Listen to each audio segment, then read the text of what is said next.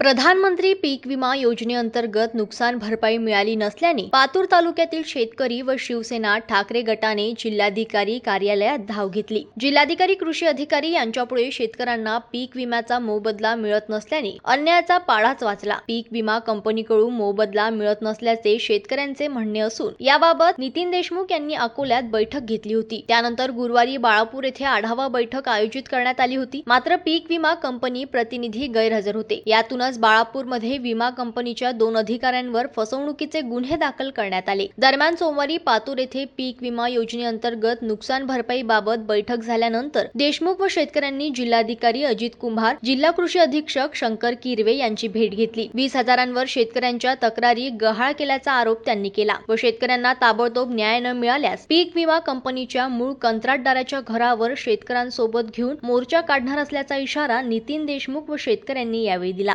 बाळापूरच्या प्रकरणामध्ये आणि इथल्या प्रकरणामध्ये खूप मोठी तफावत आहे। पातूर तालुक्यामध्ये खरीपचे शेतकरी 43,213 शेतकऱ्यांनी विमा भरलेला होता। त्याच्यातून या विमा कंपनीवाल्याचं म्हणणं आहे की 2,950 शेतकऱ्याच्या तक्रार आहे। पण आज जेव्हा बैठक झालं, बैठकीमध्ये आज जवळपास 1000 कास्तकार इथं होते आणि याच्यात असं निष्पन्न झालं की जवळपास 12 ते 15,000 शेतकऱ्यांनी ज्यांनी तक्रारी केल्या त्या तक्रारीचे पंचनामेच केले नाही यांनी, म्हणून ते रेकॉर्डवर येऊन राहिलं की कोण की बा यांनी किती जणांचे पंचनामे दर्शवले 2,950, पण 12,000 शेतकऱ्याचे यांनी पंचनामेच केले नाही। पंचनामे ते केलेच नाहीत आणि हे बी पंचनामे त्यांनी आजच्या बैठकीला सादर केले नाही, म्हणजे यांच्याकडे एकही पंचनामा आज रोजी हजर नव्हता। आणि रब्बीचं सुद्धा तसंच, रब्बीचं 20,737 शेतकऱ्यांनी रब्बीचा विमा काढला। त्याच्यातले 6,158 शेतकरी तक्रारी दाखवू राहिले। ऍक्च्युअली जवळपास याच्यामध्ये बी 12,000 शेतकऱ्याच्या तक्रारी प्राप्त आहेत। अनेक शेतकऱ्यांना इथं तक्रारी केल्याचे पुरावे सादर केले, पण त्यांचे पंचनामेच केले नाहीत, तक्रारीच गायब करून टाकल्या। म्हणजे कंपनीने असं दाखवलं, जो शासनाने जो शासन निर्णयाचा आधार जो यांनी घेतला की ज्या शेतकऱ्याची तक्रार आहे त्या शेतकऱ्याचे पंचनामे करण्यात येईल आणि त्यांना मदत मिळवण्यात येईल, हा शासनाचा जो शासन निर्णय आहे त्या शासन निर्णयाचा आधार घेऊन यांनी जवळपास या जिल्ह्यातले रब्बीचे 12 ते 15,000 शेतकऱ्याच्या तक्रारी गाळ केल्या। खरीपच्या आणि हंगामाच्या जवळपास यांनी 20,000 तक्रारी यांनी गाळ केल्या, रेकॉर्डवरच घेतल्या नाही। माझ्याकडे एकूण 5 एकर शेती आहे। विमा कंपनीचा मेसेज आला, त्याच्यात 155 रुपये 84 पैसे आले, पैकी 100 रुपये विमा काढणाऱ्याने घेतले।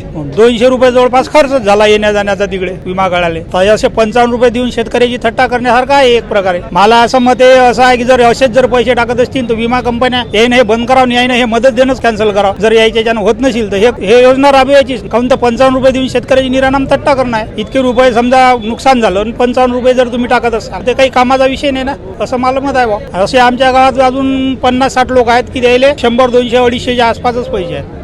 15,000वर शेतकऱ्यांच्या नुकसानाचे पंचनामे झाले नसून शेतकऱ्यांनी तक्रार केल्याचे पुरावे बैठकीत सादर केले। जिल्हाधिकारी कृषी अधिकारी म्हणतात शेतकऱ्यांचा मोबदला देऊ, मात्र अधिकाऱ्यांकडे शेतकऱ्यांची माहिती नसून ते मोबदला कसा देतील असा सवाल नितीन देशमुख यांनी केला। यावेळी दिलीप बोचे, ज्ञानेश्वर वानखळे, डॉक्टर दिगंबर खुरसळे, सागर काढोणे, शंकर लहामगे, निलेश कापकर, तोताराम कापकर यांच्यासह बहुसंख्य शेतकरी उपस्थित होते।